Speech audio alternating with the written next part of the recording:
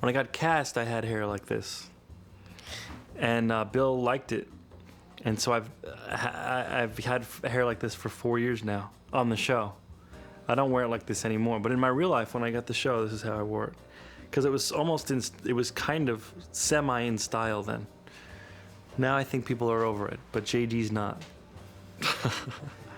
I was waiting tables at a French-Vietnamese restaurant, and I was auditioning, and my very first audition for Scrubs was in New York. I happened to be in New York visiting my family, and I was out partying with a bunch of my friends, and I forgot that I had this audition.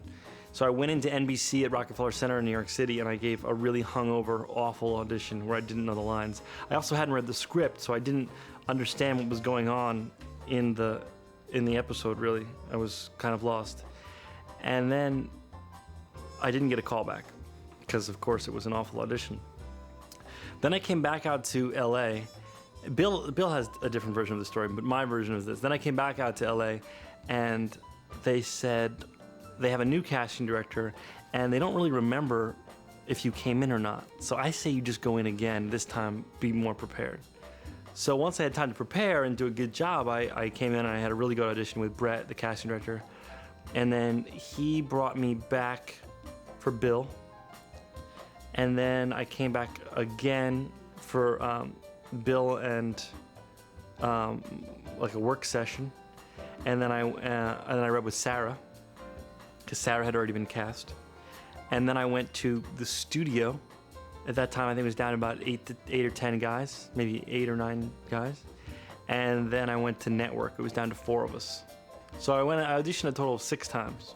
A party at Bill's house. A party at Bill's house.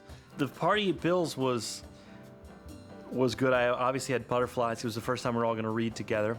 I had met Sarah, and I already had a huge crush on her. And I met Donald at the bar. Donald came right up and put his arm around me, and me and Sarah, I remember being at the bar, and Donald came up and put his arms around me and Sarah, and it was kind of a really cool moment. I met everybody. I met Johnny C, and he said for the first time, the first of many times, he said, "There's 5 good ones for you," which is how he shakes people's hands. "There's 5 good ones for you." That was the first thing he said to me. And of course, I'd seen him in many, many movies. And the whole cast was there, and then there were guys like Neil who were just supposed to do cameos in the pilot, and Sam Lloyd, the lawyer, and so we met those guys, and they were so funny. We couldn't believe that they only had like 1 line in the show, and of course they were funny enough that Bill kept bringing them back and bringing them back. We just cracked each other up. I mean, it was kind of cool because we couldn't have been from more different backgrounds and been more different people, but instantly we had the same sense of humor, and we just became best friends in real life. And we're also brand new on the show, and we started going out every night and partying together.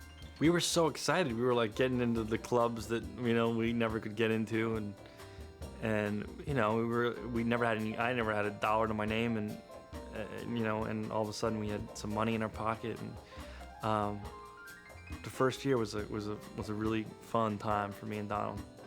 A day here is usually about 14 hours long, 5 days a week, and depending on how heavy you are in the script, it means you're gonna be here a lot.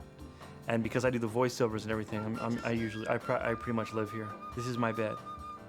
No, not really, but I've slept in every corner of the hospital. I know this place like the back of my head. Wait, I don't know the back of my head. I know this place well. What happened to me was that I was living in Laurel Canyon and the power went out. And I didn't wake up because the power was out, my alarm clock was out, and I was fast asleep like 2 hours after my call. And I woke up to a PA banging on my window. And I opened the door, and he's out of breath, like, "You overslept." He had to climb my fence. And I got to work, and Bill said, "It's okay, don't worry, we'll split the $50,000.